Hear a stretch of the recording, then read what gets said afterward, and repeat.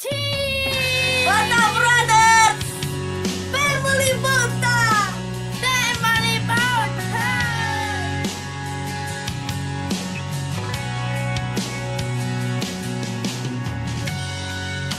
I'm staring out into the night, trying to hide the pain. I'm going to the place where love and feeling good don't ever cost a thing. And the pain you feel's a different kind of pain. I'm going home, but to the place where I belong, and where your love has always been enough for me. I'm not running from, no, I think you got me all wrong. I don't regret this life I chose for me. Well, these places and these faces are getting old, so I'm going home.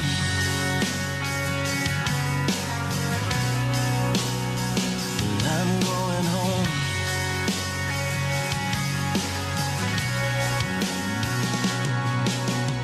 I'm going home, to the place where I belong, and where your love has always been enough for me. I'm not running from, no, I think you got me all wrong.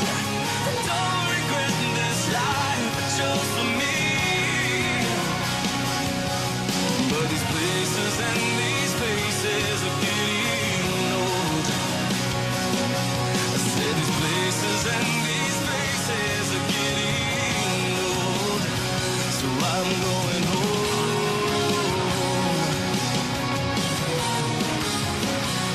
I'm going home.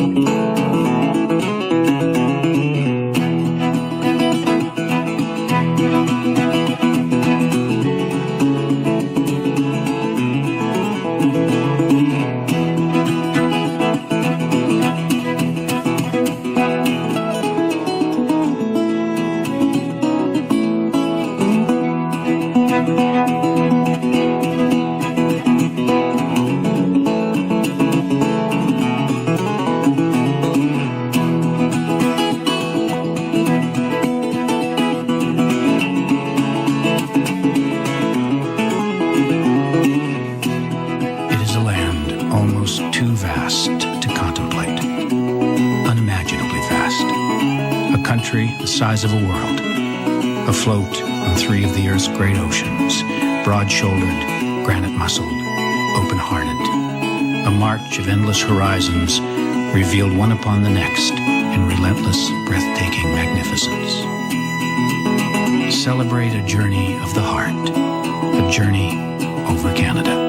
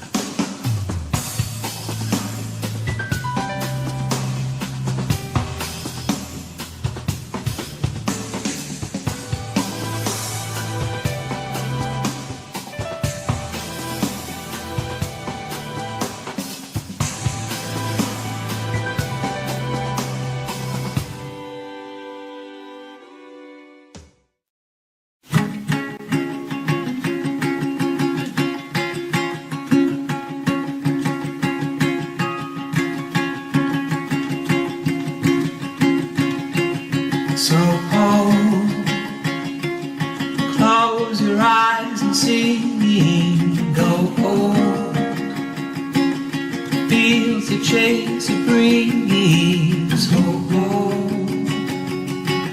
Your eyes up to the trees.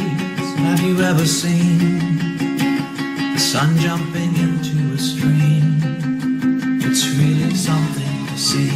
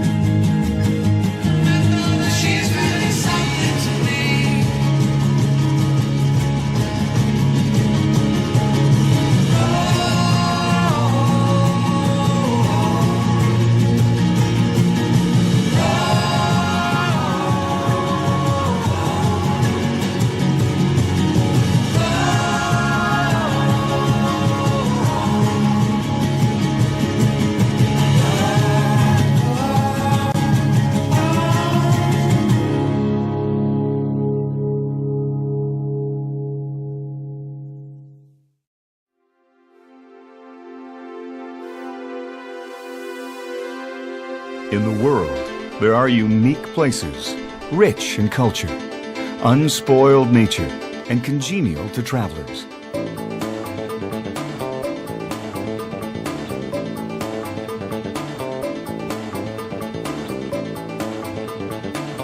Welcome to Canada, one of the world's largest and most livable countries.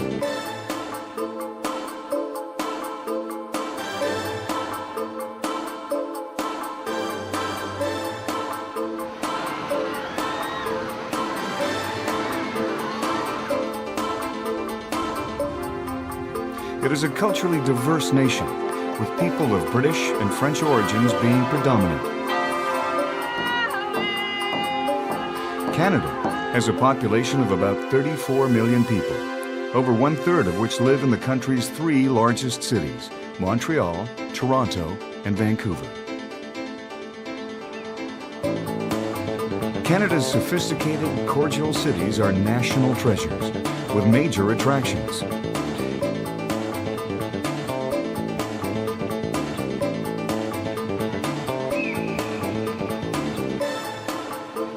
Every one of Canada's 10 provinces and 3 territories has something special to offer visitors.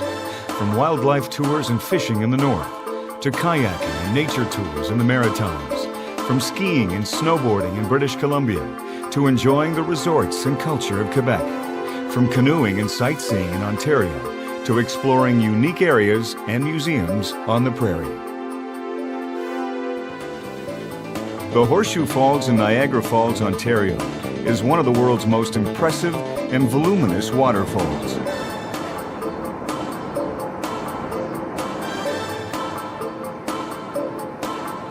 The Canadian Rockies is a vast protected wilderness area with numerous recreational and scenic attractions.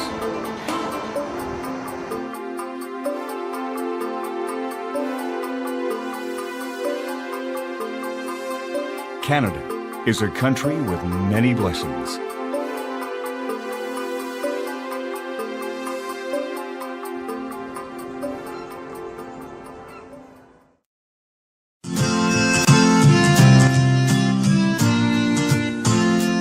On the northern shore of Lake Ontario, near the U.S. border, lies Canada's largest city.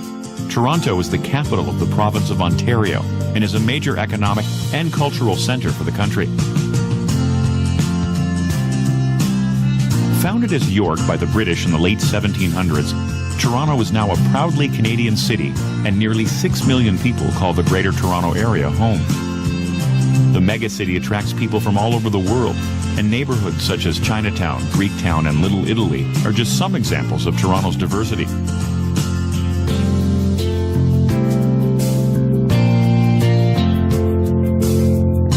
Nearly everywhere you go, you can catch a glimpse of the city's iconic CN Tower, one of the 7 wonders of the modern world. Architecture meets art in the Art Gallery of Ontario, designed by the groundbreaking Toronto-born architect Frank Gehry, who used to visit the original gallery as a child. No less impressive, but from a different era altogether, is the elegant hilltop castle, Castle Loma. It was dreamt up a century ago by the ambitious Sir Henry Pellet, whose family motto was, "Foremost if I can." This motto perfectly reflects the spirit of the Torontonians in what is nicknamed the city that works. The entrepreneurial Canadians also know how to relax. Take a stroll in one of Toronto's many green spaces, such as the Edward Gardens and High Park. Families, couples, and students share the botanical displays with the curious chipmunks. Near the waterfront, Toronto's rejuvenated distillery district mixes the old with the new in a tasteful way. One of the most striking contemporary twists to a historic building is the design of the Royal Ontario Museum. Browse the galleries with artifacts of Canada's Aboriginal peoples and depictions of the country's past. Then see artworks from across the globe and explore the nature exhibits. Overlooking Lake Ontario is modern Canada Square, a cultural hub in the heart of the award-winning Harbourfront Centre. Relax a while in the centre's pleasant marina, or visit a theatre or brew house. Sports fans can catch a game in Rogers Centre or visit the nearby Hockey Hall of Fame. First-timers are often surprised by the size of Toronto, which is North America's 4th largest city. Dundas Square, the downtown end of Yonge Street, is reminiscent of New York's Times Square. Find designer brands in the Eaton Center, or shop in the city's huge underground mall called The Path. A different shopping experience altogether are the vintage clothes stores at the Kensington Market. This central neighborhood represents the funky anything-goes side of Toronto. When it's time for lunch, try Italian or Greek food, or a typical Hogtown treat. St. Lawrence Market in the heart of the Old Town is the best place to go for fresh produce. Families should check out the fun Ontario Science Centre, or visit Toronto's exciting entertainment parks. See the bears take a nap or take a splash in the Toronto Zoo, and meet Snoopy and his friends in Canada's Wonderland.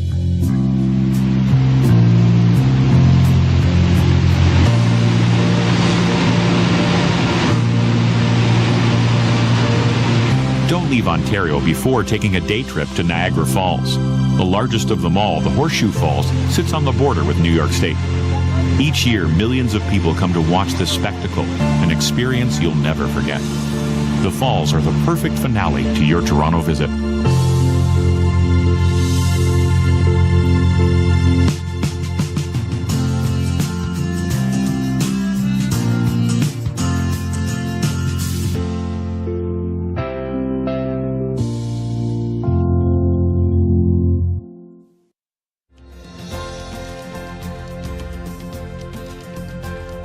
Canada is recognized as one of the best places to live. It's safe, clean, and friendly, with one of the highest standards of living in the world. Canada is home to a diverse cultural mix of more than 32 million people. In the west is Alberta, one of our most prosperous and vibrant provinces. Home to thriving urban centers, including Alberta's capital city, Edmonton. The 6th largest metropolitan area in Canada and the booming hub of the country's fastest growing economy. Just a few hours' drive from the majestic heart of the Rocky Mountains.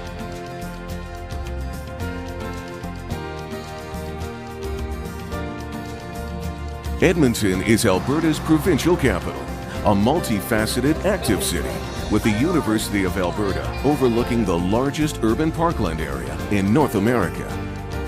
A modern, vibrant city with a thriving cultural scene and a great economic outlook.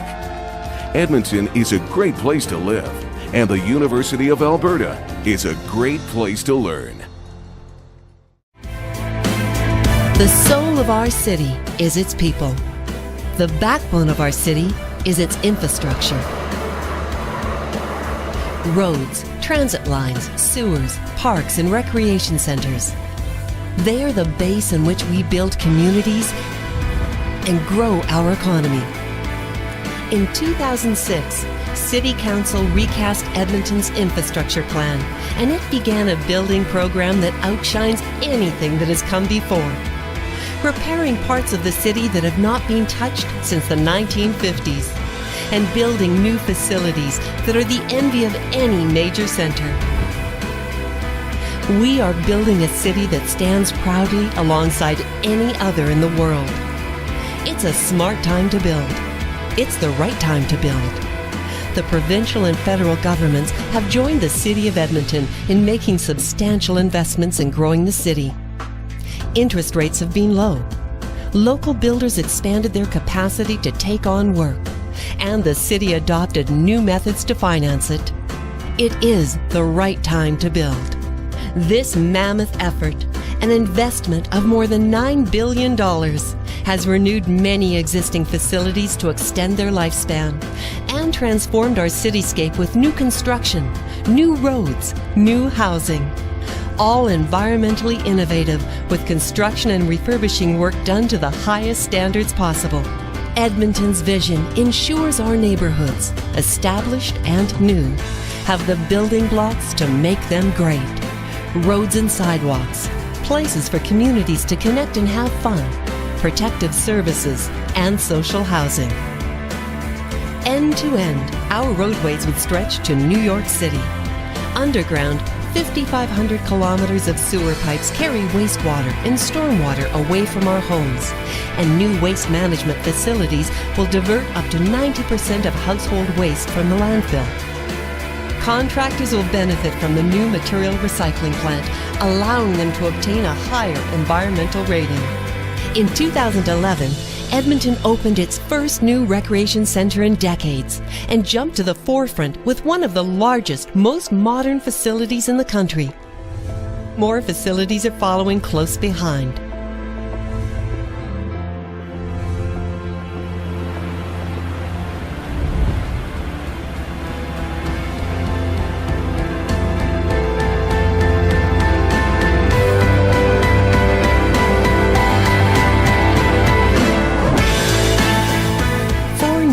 LRT stations change the way people move around Edmonton. Riders from all walks of life board the LRT more than 95,000 times every weekday. The North Line to Nate will bring thousands more. Public transit has a new life as a preferred choice, along with new roadways, bridges, bike paths, and trails. City Council, working from the input of residents, set out a plan, a guide for Edmonton's future. The way ahead. It's a vision that integrates the needs of the present with the reality of the future. We are building a city of choice, a destination that people aspire to move to, and that those who live here love. We have a plan. We are building our vision now. Edmonton, a city that has seen the future and embraces it.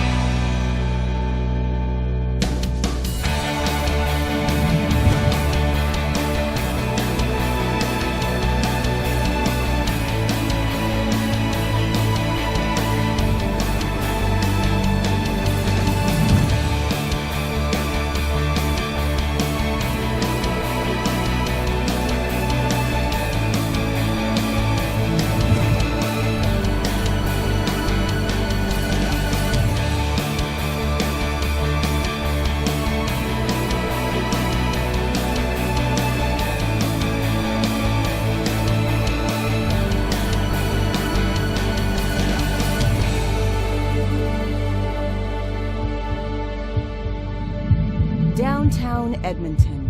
Feel the pulse.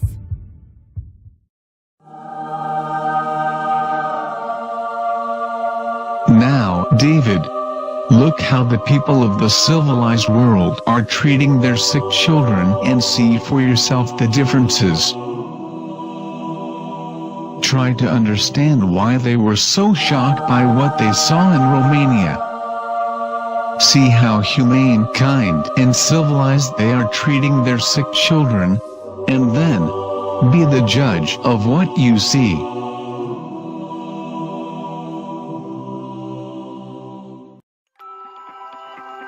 Hi, my name is Jaden. I'm 11 years old and I've been treated here at Sick Kids for more than 5 years.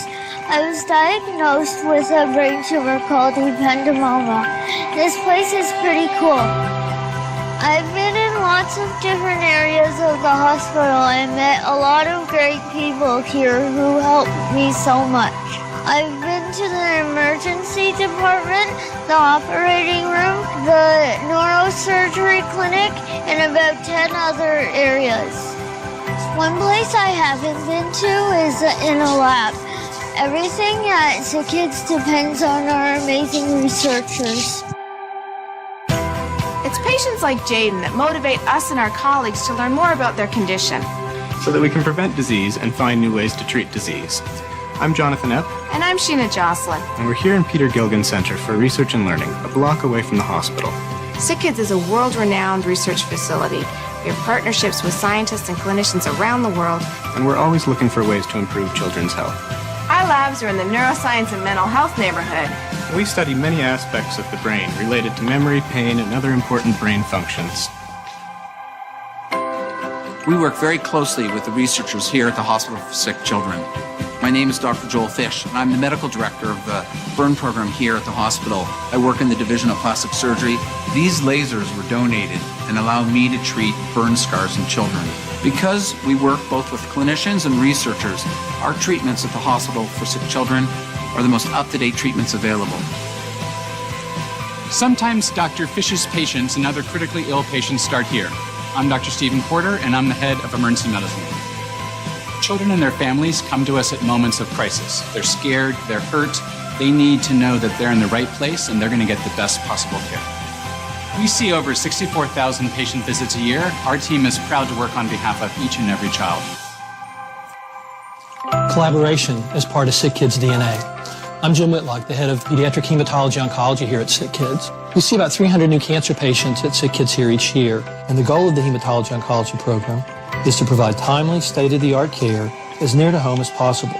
Each year, our bone marrow transplant program performs approximately 100 bone marrow transplants for children with cancer, blood diseases, immunodeficiencies, and rare genetic disorders. Hi, I'm Maria. Hi, I'm Cheng. We're patient service aid. We have to make sure the bone marrow transplant unit is completely clean and sterile.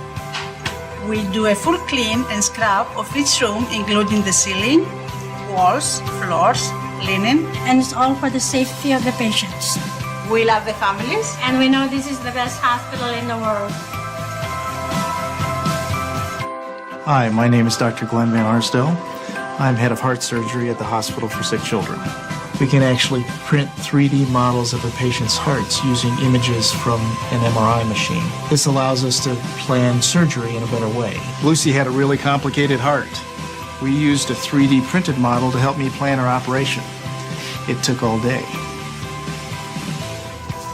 My name is Lucy. And we're her parents, Randy and Chris. We brought Lucy to Sick Kids in 2010.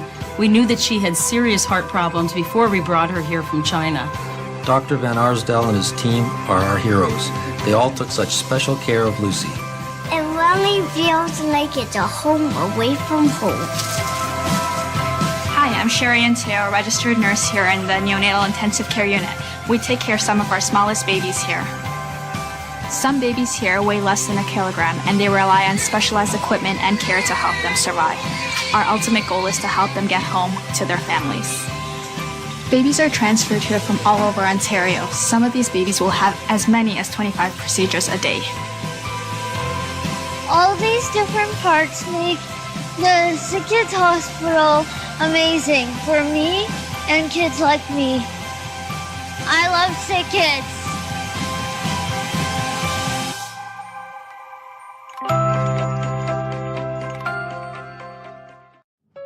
Every parent of school-age children in Canada is familiar with the scene.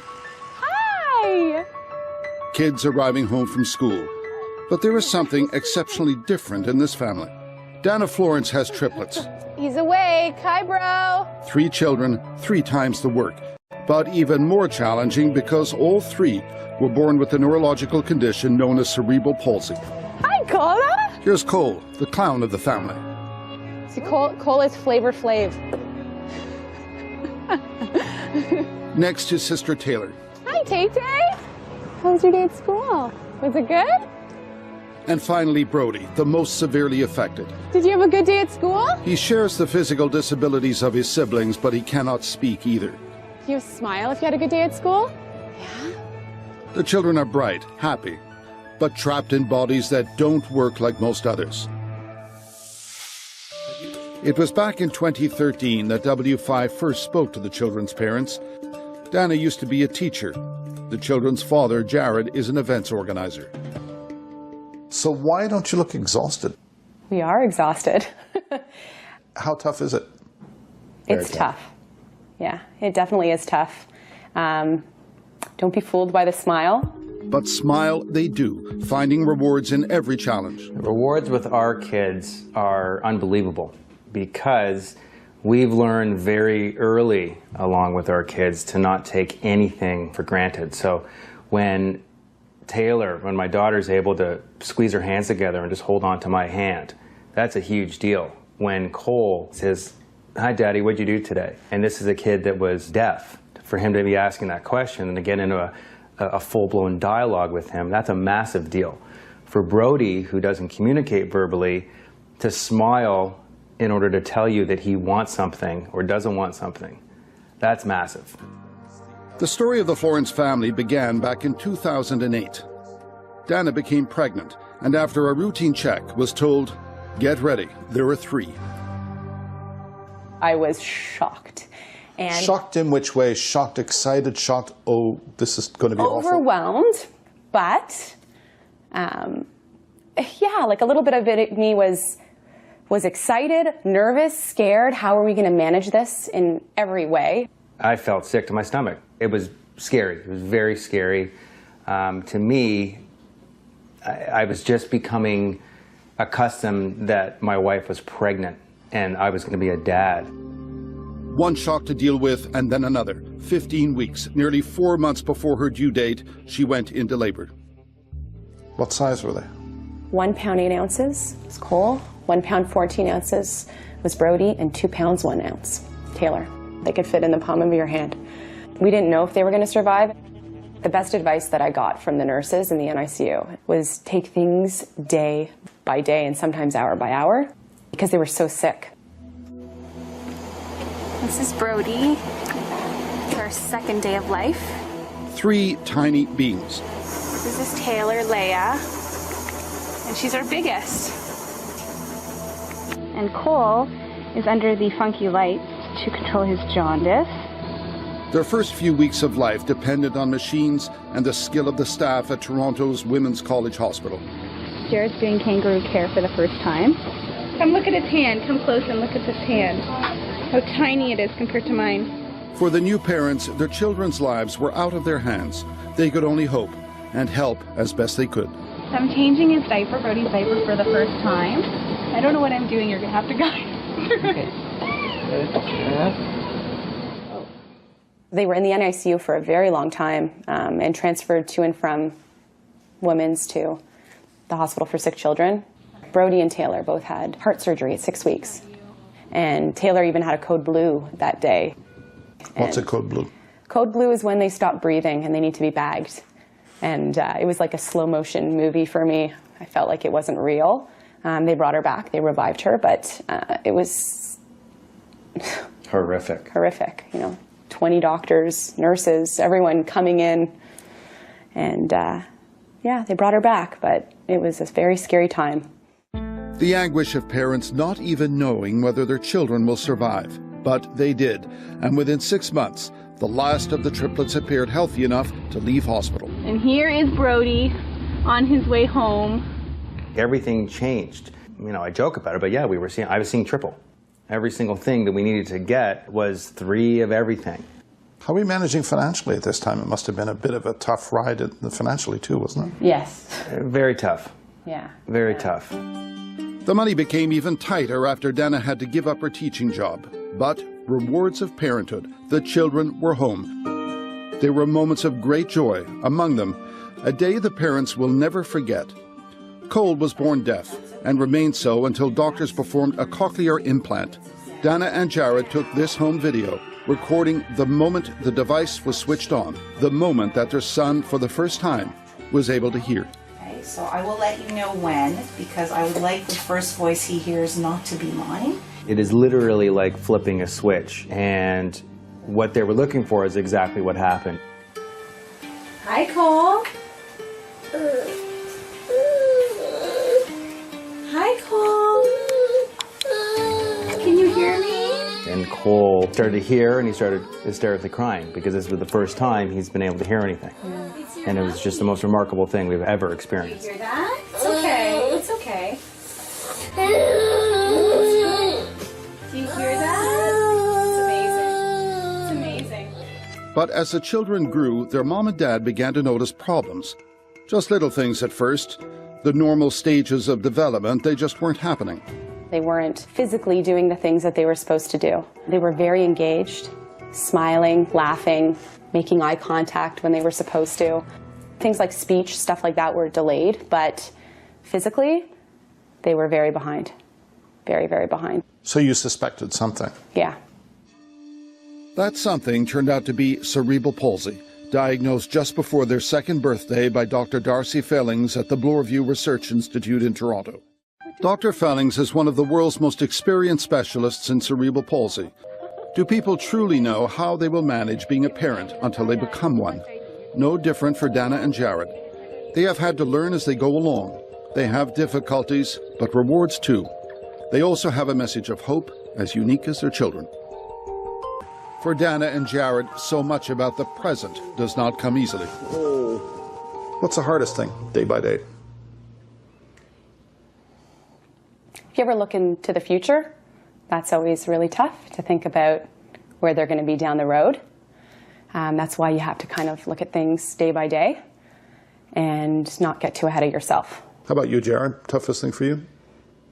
And there's a lot of things that are tough. And it's difficult when you are surrounded by other friends and other family members that have kids that are years younger than ours, that are able-bodied and doing things that, you know, we would love to be able to do with our kids. It's tough to hear people complain about their kids not getting on a soccer team. It's tough to hear, you know, people moan and groan about what we would look at now as just absolutely no issue whatsoever.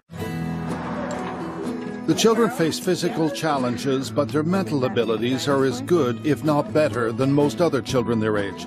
And while they began their education here at the Holland Bloorview Rehabilitation Centre in Toronto, they're moving on to mainstream school now and following the same curriculum as everyone else. This facility has a connection with the Florence family that goes beyond the schoolroom. There are varying levels of disability for those with cerebral palsy. This is a German Shepherd. He's a big dog. The Florence children are among the more seriously affected. Little dinosaur or big dinosaur? Big one. Can you find the feet? There is not much that comes easily to them, nor to their parents. In the year that followed our afternoon with them, much had changed. But the difference now, and it's big, is in the Florence household. I want to know what you did today at school. Dana is alone. Jared and I, we were separated about a year ago. There's a lot of stress that comes with being a special needs parent, and then when you're a special needs parent of 3 amazing children who have a lot of challenges, I think the stress levels and the things you have to deal with on a daily basis are out of the ordinary. What kinds of things and what kind of stress you're under? You have to make decisions like whether your child is going to have an invasive surgery that's going to affect his mobility, and he's going to be in the hospital for 7 weeks. I mean, most people don't have to deal with these kinds of decisions. Can anybody's marriage survive the kind of stress that your family has been put under because of the circumstances that you live with? Absolutely. Yeah. But yours absolutely. didn't? Mine didn't, but I see so many families going through what we've been through with our kids, and they do survive it. I think it really depends on the couple, and it depends on, you know, how strong you are as a unit, as a husband and as a wife. Jared does live nearby, and he still plays a large part in the lives of his children. But everyday home life has become even more complicated. Money is tight. And since this last visit of W5, Dana has had to give up her live-in assistance. But over the years we followed the family, the most obvious change is the children themselves, their growth and their progress, in spite of the challenges. Oh, you still need your medicine, Cola. Cole, for example, has developed epilepsy and has begun having seizures. He also had an operation to straighten his legs. It almost killed him. It was a very scary day. He was in the operating room for, I think it was 9 hours total.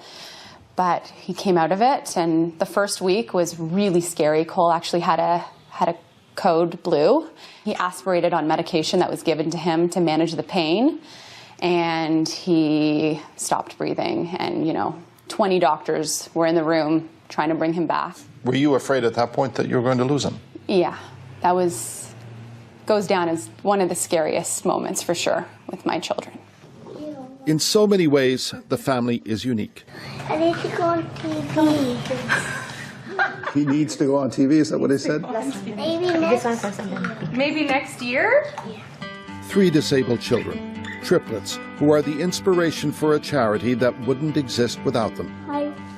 There are difficulties, expenses, and strains that few other families will ever face. Here we go, ready? But what these children's parents hope for, not really all that different.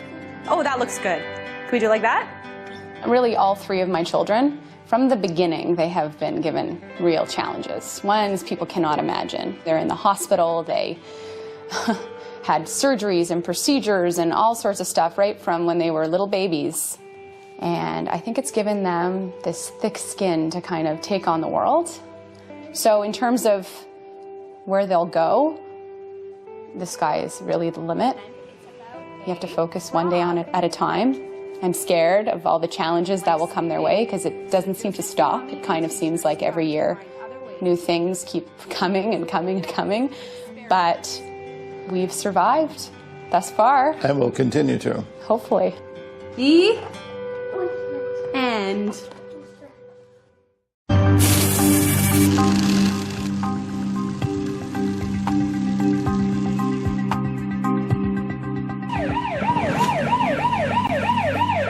Disaster can blow in as quickly as a spring storm. March 21st, a dangerous whiteout, a 100-car pileup south of Edmonton. The clock is ticking. The other patient is 1 pediatric that's a head injury and considered triaged to red. Initial reports, 300 injured.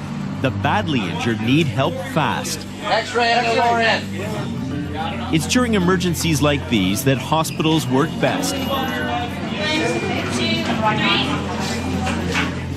It's a fundamental philosophy. Save more time and you'll save more lives. Data information is the essence of accountability.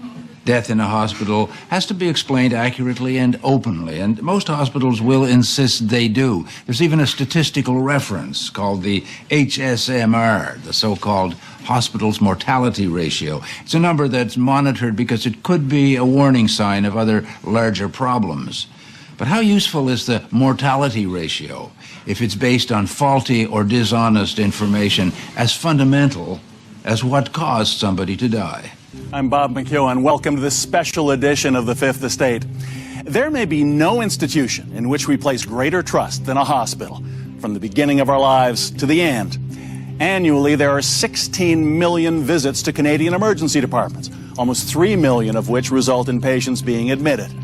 It's why Canada's hospital budget is a staggering $56 billion a year, most of it spent on acute care hospitals. This is the entrance for the emergency department only. all emergency patients and visitors must use all handles available at the entrance.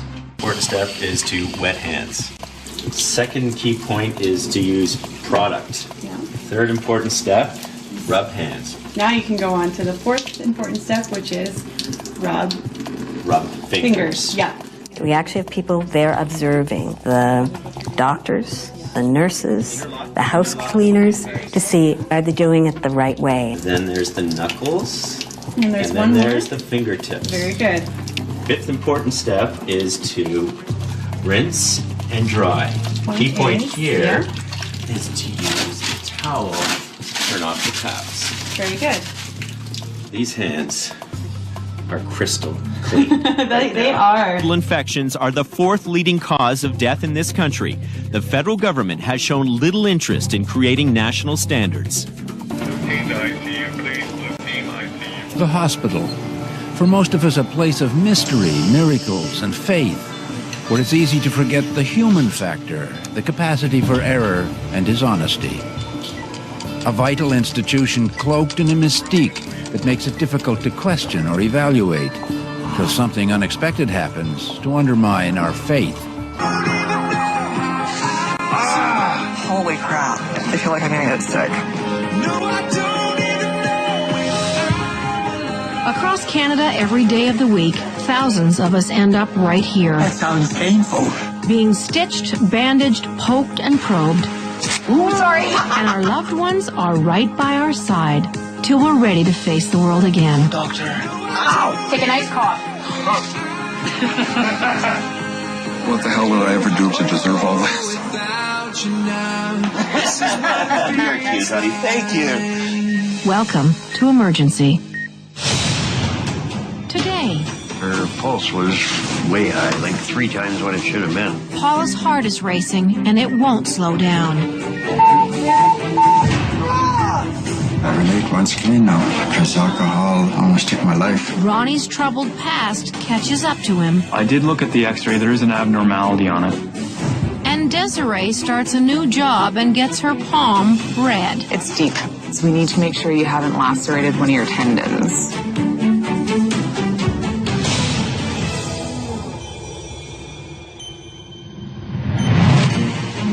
Every year, more than 13,000 Canadians are seriously injured in car accidents.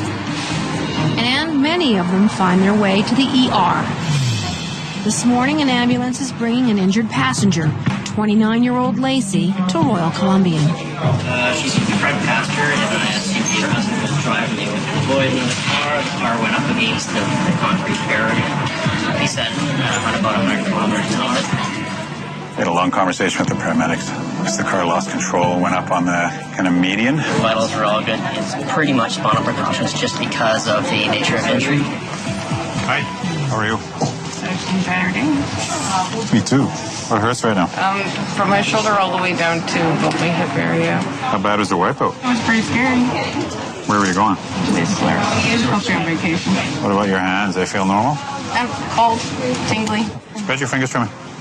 Good. What's going on with your back? What was the plan in Whistler? Get away from the kids. How many kids do you have? 3 boys. Can they count to 3? 1, 2, 3.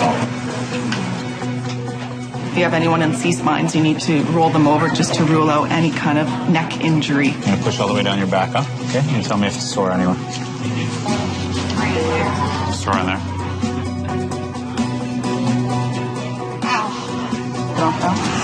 While Dr. Green checks Lacey for spinal damage, a familiar face is arriving at nearby Surrey Memorial. Oh, Ronnie, I must say it's good to see you looking so good. Ronnie's family doctor has sent him to emergency after a routine x-ray showed troubling shadows on his lungs. Listen, if you can, I'd like you to please get to the hospital. I said, why? Like, give me a hint. But I didn't get none.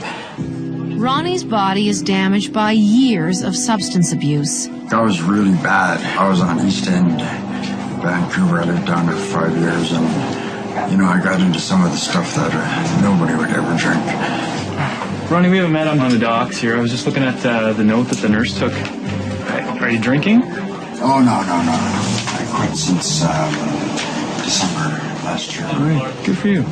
been 8 months clean now. Because alcohol has almost took my life. You had a chest x-ray, was it today or yesterday? All days. Oh, you had one today as well. I did look at the x-ray. There is an abnormality on it. Looks like it's a little patchy. Get it from the ENT first. Down the hall, a patient has arrived with a condition so dangerous, she needs immediate medical intervention. Take some deep breaths, Paula's heart is pounding through her chest. Racing so uncontrollably, she's at risk of cardiac arrest. I just felt really anxious and I had like a pressure on my chest. So my husband took my blood pressure and my pulse was really fast. Her pulse was way high, like 3 times what it should have been. Her heart rate was about 170 beats per minute, and she has no prior history of this, nor any history of cardiac disease. I made a decision to do an electrical cardioversion on her, which is one of the treatments of choice for this kind of rhythm. You sedate the patient to just a twilight level of unconsciousness. She'll have very little to no memory of the whole event. You want to stay? Yes. Yeah? Okay. All right, so what I'm going to do, I'm going to give you some medication that make you drowsy. Okay. Go to sleep. It won't hurt or anything. Okay. We put those pads on, front and back, and it delivers a measured amount of electricity into the heart, and it just resets the heart's pacemaker. Have you ever had an anesthetic before? Paula and Lawrence met when they were both being treated at the same hospital. We met up in on the island. She was in an accident before we met, and I was in a major accident. I was up there for rehabilitation there, and she came from back east to rehabilitate after her accident. We've been through a lot. She's like the mother to my children, and me likewise to her son. It's a good relationship. Okay, you're going to get a little bit sleepy now, okay? Nice big deep breaths, okay, huh? Okay, warm, pleasant dream. Yeah.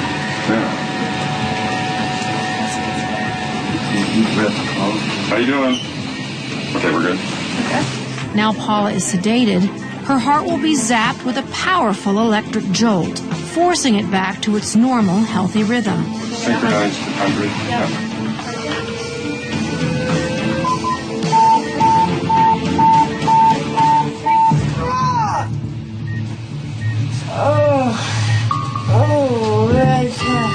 But unusually, it appears the procedure has failed. She's going to be very uncooperative. She didn't convert. She stayed in that abnormal rhythm. One more time.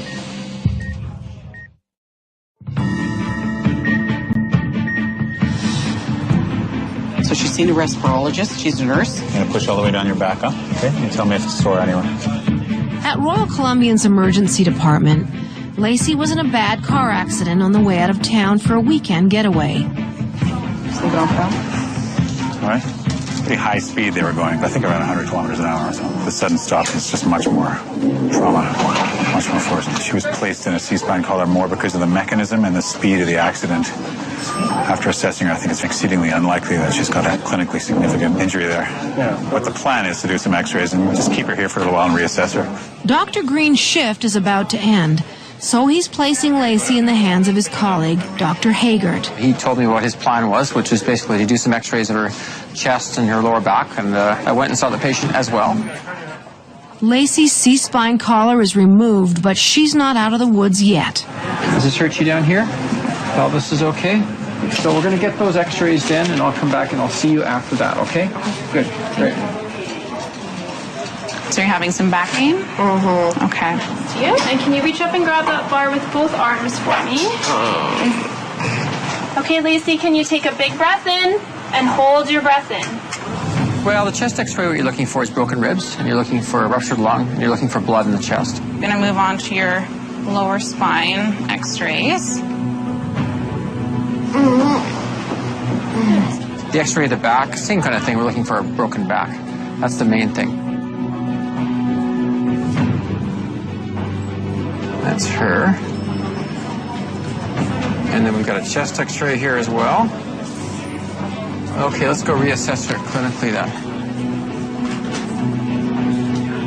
You log roll them, you look at them, you examine them all over, you get them walking a little bit later on. and you examine them again and again and again until you're happy that they can go home. So how are you feeling? Very sore. Oh, I'm sorry. And can you move your neck from side to side, please? Like that? Yeah, that's good. If we had thought that she was badly injured and she was unconscious, then we would do a lot more imaging. But she wasn't unconscious, and she was quite easy to assess. Your x-rays are good. The L spine is normal. Chest x-ray is entirely normal. Okay, well, we're going to let you go home. The nurse is going to take out the IV. Probably worthwhile to follow up with your family doctor in the next day or so, okay? But you're good to go. You've got no serious injuries right now. That is perfect. Great, so thank you so much. The nurse will come by shortly. I think that's almost the best feeling ever, right? To know that nothing major happened. It's nice to know. Yeah, so I'll take this one out and I'll take that one out, okay? She ended up, I believe, with just some soft tissue injuries. She'll probably be stiff for a couple days afterwards, but she will make a full recovery from it. Everybody came out good except for the truck. Oh, I love that truck.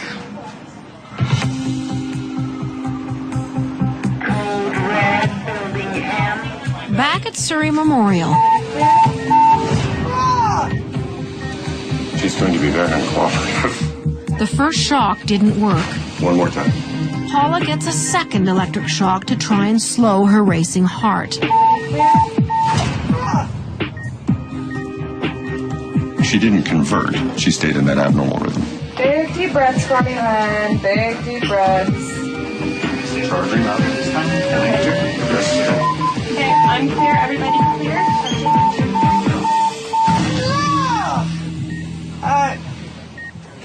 After 3 shocks, Paula's heart is still racing. Kind of scary. I didn't realize that's what they were going to do. I thought they were just going to give her a little tiny little jolt, whatever, but it was a little frightening. Usually it works. You don't get many treatment failures with that method. One more time. Dr. Dick gives Paula's heart one more jolt.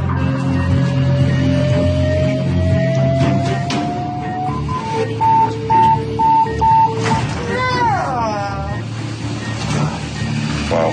But after 4 electric shocks, Paula's heart is still beating dangerously fast.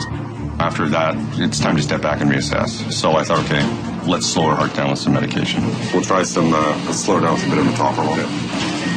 I'll be back to see her in a few minutes, okay? Okay. Yeah.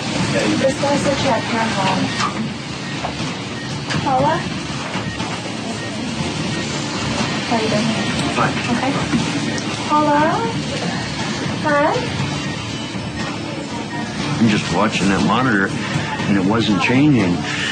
Something was going wrong. Paula?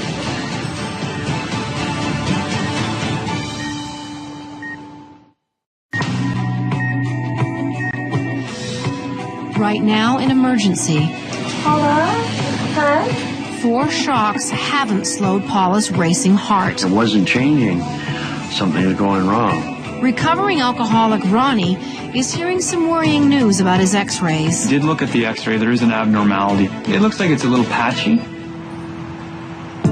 And at Royal Columbian. Hi there, Columbian. This is gonna hurt. A new patient's just come in. Desiree has a nasty gash in her palm, the result of a warehouse accident. What did you cut it on? I think it was a pallet. Oh! Oh, she did a good job. Yeah, you did. It's actually my first day on emergency. I'm actually a psychiatry resident. Yeah, hi. I'm Dr. Schultz. Hey. Well, I think I'm Better than me? doing better than you right now. Tell me a little bit about what happened to your hand. I was reaching up to grab some stuff and fell back. And I guess I caught my hand on a pallet. Didn't realize it because I was laughing at first. Oh, no. Her partner Elizabeth rushed to the hospital to be by her side. She called me and then she said that she hurt herself at work and she hurt her hand. You sure did a number on yourself. Yeah, I hear that. I'm concerned. It's going to be painful for a few days. I don't think that she's going to be able to sleep, and just starting a new job too and having to miss work. It's going to be really stressful. Are you able to wiggle your fingers for me? Good. So sometimes when people get a cut to their palm, What can happen is you can damage some of the underlying structures. Are you able to try and move just this part of your finger? That hurts. Does it hurt? Like in my palm, actually. The only reason I ask is just because we need to make sure you haven't lacerated one of your tendons. When you get into your tendons, you basically lose the ability to sort of bend your hand. And so all that strength in the grip can be gone. Hit your head at all.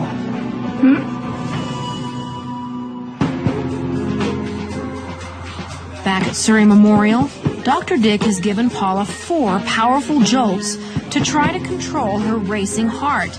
I'm just watching that monitor, and it wasn't changing. Something's going wrong. But they haven't worked. Paula? Huh? Now it's a waiting game to see if Plan B, an injection of drugs, can get Paula's heart back to normal again. The reaction's normal. Where's my boy, Evan? Where's my boy? He's not here yet, He's out with his friends. How are you, Devin? And my dog? Your dog is fine. She's with Patrick, and your son is fine. There's no problem. You're doing great.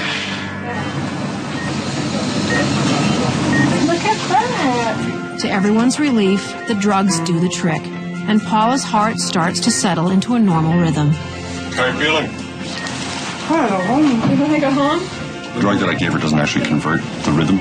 It just slows the speed. But sometimes when you slow the speed, the heart will just go back into its own normal rhythm. In her case, it did. Your heart rate's back to normal. That's good to know. Feel a bit drained, but I'm not. Like, I'm ready to go home and watch Coronation Street, and it's all good. She doesn't get flustered too easy. She's pretty strong-minded. No, she'll walk away from here like nothing happened.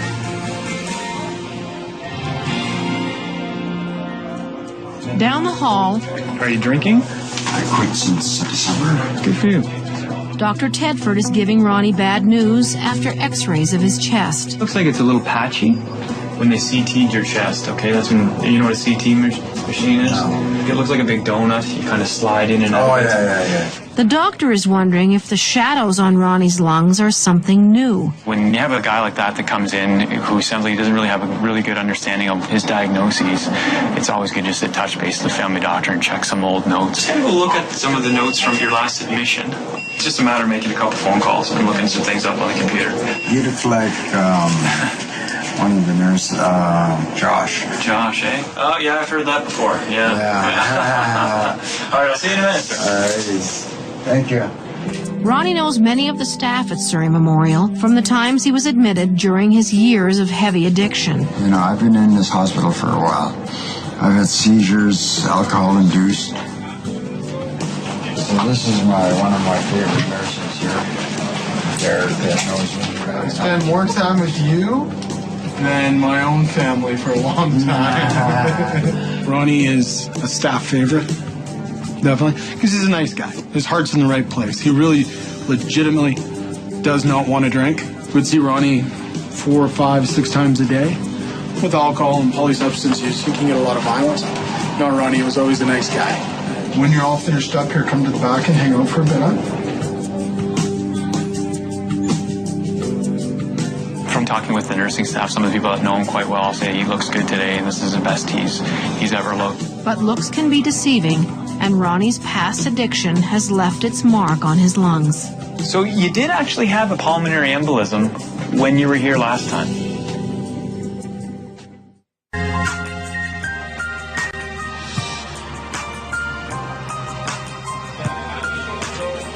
But his stats were good on the room here, so what you At Royal Columbian's emergency department, It's deep.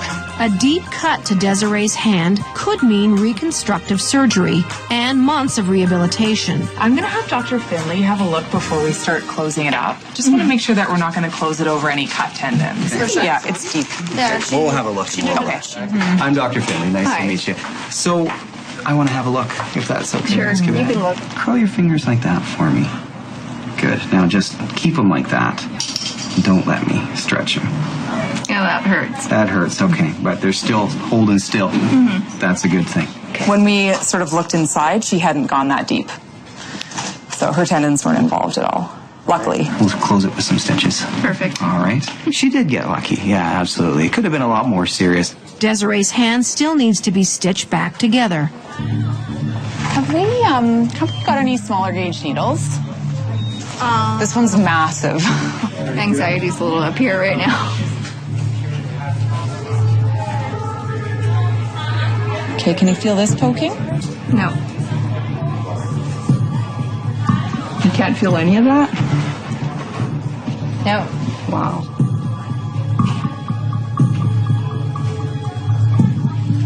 Is it okay if I take a picture? Yeah. Distract her, please. It's nothing against you. I just still don't want to look at it. But you know what, though? It looks totally different now. Oh, yeah. Yeah. It looks like a hand again. With her palm repaired, Desiree can finally bring herself to look at her injured hand. Oh, my God. Yeah. Wow. Wow. Is it like gaping or something? I'll put it on Facebook for you. Thanks for that. Wow. But yeah, that was really nice. It turned out really good. So. Oh, thanks. Awesome. I love suturing. Love it. Perfect. Yeah, that's why we like our job. Yeah. We'll do a little bit of everything, right? Yeah, definitely.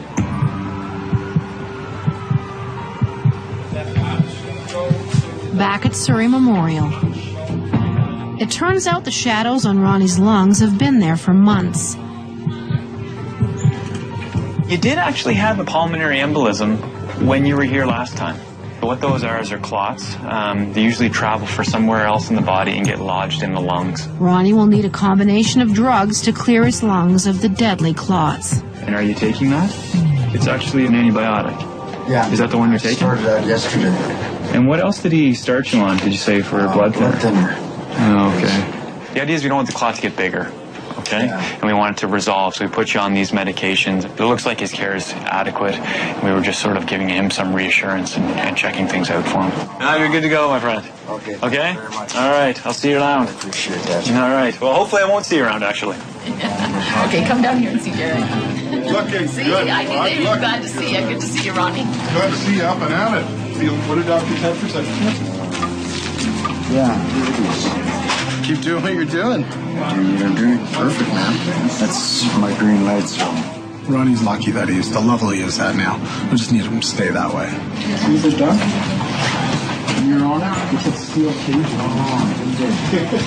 The hand cleaner there with the steel protective covering, you can get drunk off it. You can get intoxicated. Ronnie used to drink it. He'd drink it all. Just lost his way. Didn't really have much to look forward to or anything like that. It seems like the tables have turned. Patient, I was a person, and they treated me very well. I rate my hospital 4 stars out of 5. My hospital care would rate 5+. If there were another number there, I'd take the top one.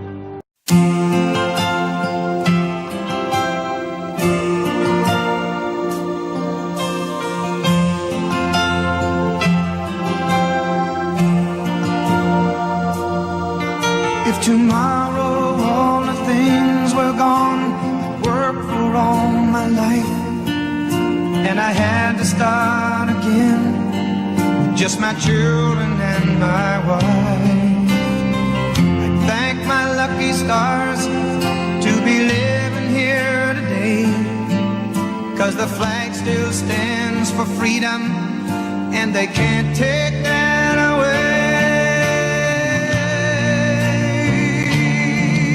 And I'm proud to be in Canada, where at least I know I'm free.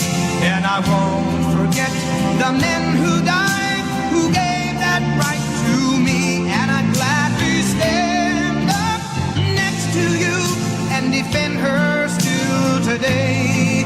'Cause there ain't no doubt I love this land. God bless you, Canada.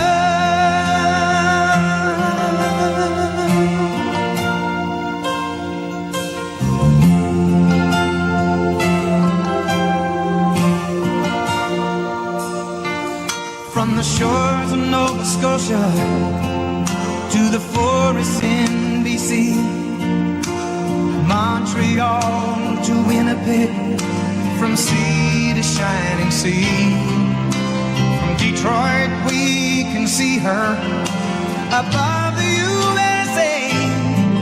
'Cause there's pride in every Canadian heart, and it's time you stand and say that I'm proud to be in Canada, where at least I know I'm free. And I won't forget the men who died, who gave that right to me. And I'd gladly stand up next to you and defend her still today. 'Cause there ain't no doubt I love this land. God bless you, Canada.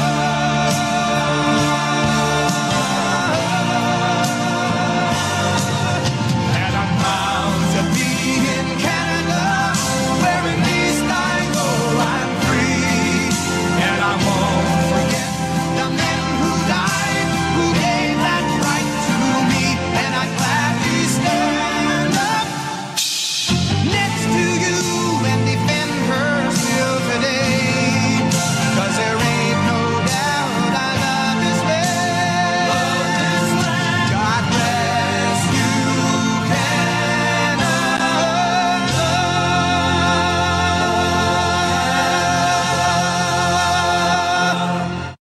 We're here in southern Alberta to show you what a farm looks like and how they operate and the conditions that the animals are under. And I'm here with Bob Lowe, who's the co-owner of Lowe Ranch. And Bob, our first question is from GL from Kingston, Ontario. Maybe you could post a picture of these happy family farms in which you say your animals are raised with the best care.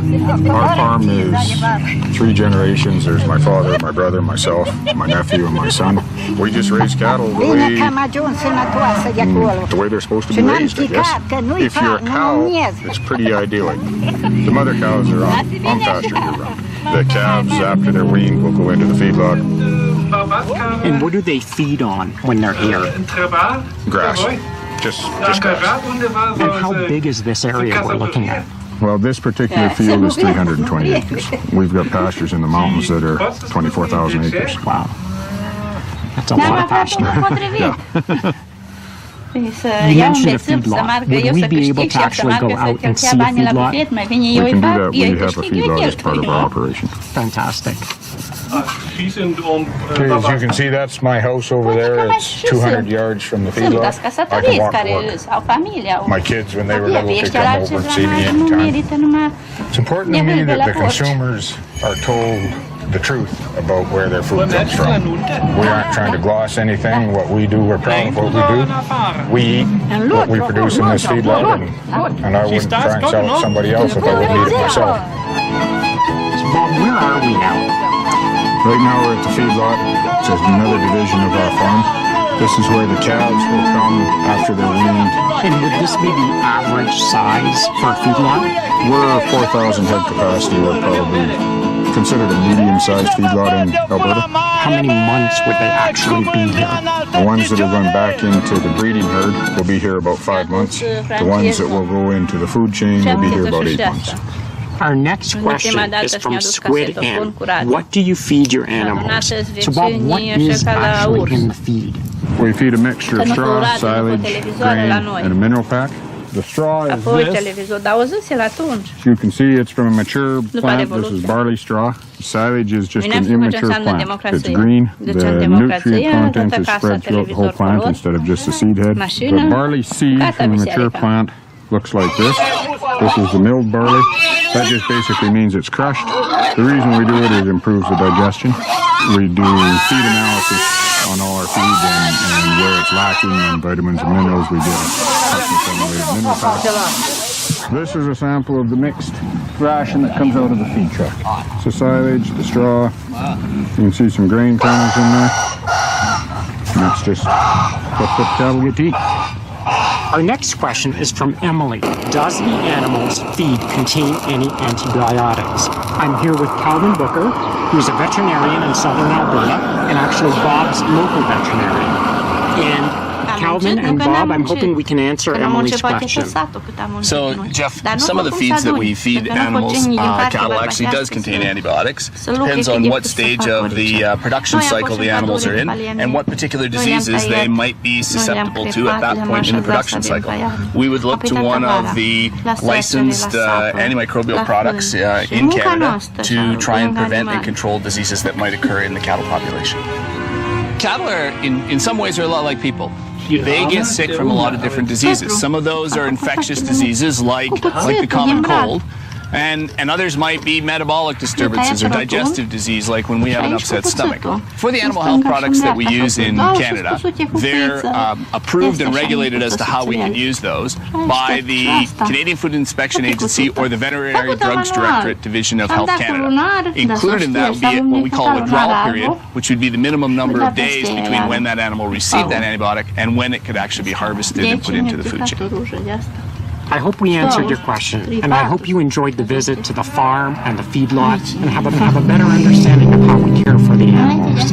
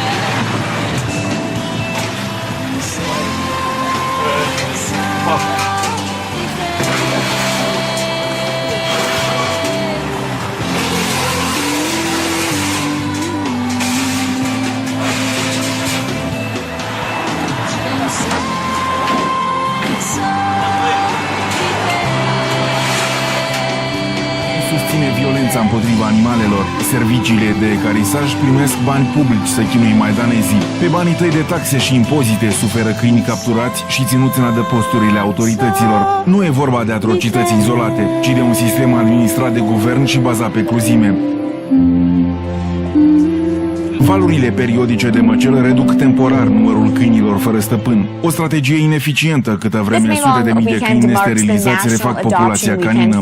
Milioane de euro cheltuite degeaba, nenumărați câini nedoriți tratați cu cruzime. Actuala lege prevede uciderea în masă a maidanezilor după 14 zile de la capturare. O lege suspendată de judecători și contestată de societatea civilă, deoarece instituie un mediu cumplit pentru câinii fără stăpân. Se pare că singurul mod de a proteja oamenii este eutanasierea în masă masă și ignorarea suferinței animalelor. Ce rămâne după ce o națiune se apără astfel? Adevărul, justiția, bunătatea sau corupția, lipsa de transparență, cruzimea? Oamenii cred că maidanezii sunt omorâți conform legii după un tratament uman, fără cruzime. De fapt, niciun prieten nu privește pe căței că nu. So 2.5 weeks later, he's now walking. He can't bark right now. That's just from being hit by the car. We don't know if he'll get his voice back, but he's looking for a home. He's an amazing dog. He's house trained. He loves kids, loves to cuddle. So he's just one of our adoptable dogs with ARCs. So safe to say he's in recovery mode. Yes, definitely. And so tell us a little bit about Marvel as well. So this is Marvel. Say goodbye to Scout for a second because they're fighting like cats and dogs. Yeah, this is Marvel. He came to us from the Massachusetts spay and neuter clinic last weekend. He's about 5 years old, a gray tabby. He seems to be good with other cats so far. He has a bit of animals on our website, so it's arcs.ca. And I also want to add that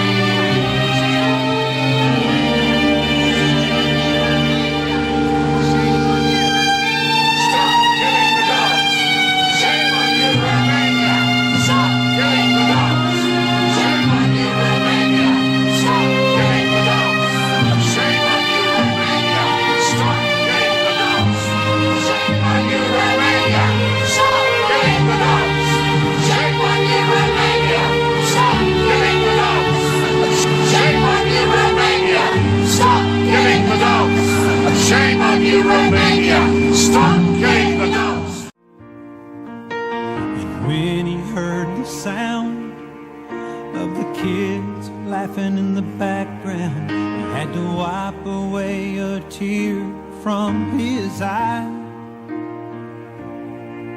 A little voice came on the phone and said, "Daddy, when you come home."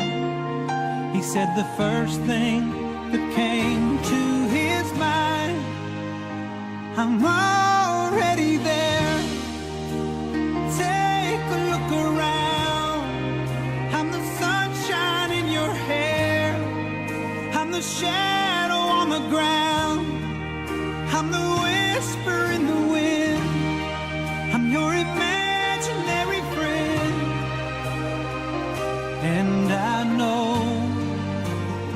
I'm in your prayers. Oh, I'm already there. We may be 1,000 miles apart. And just look both of you. Cheese! What's up, brother? Say money about us!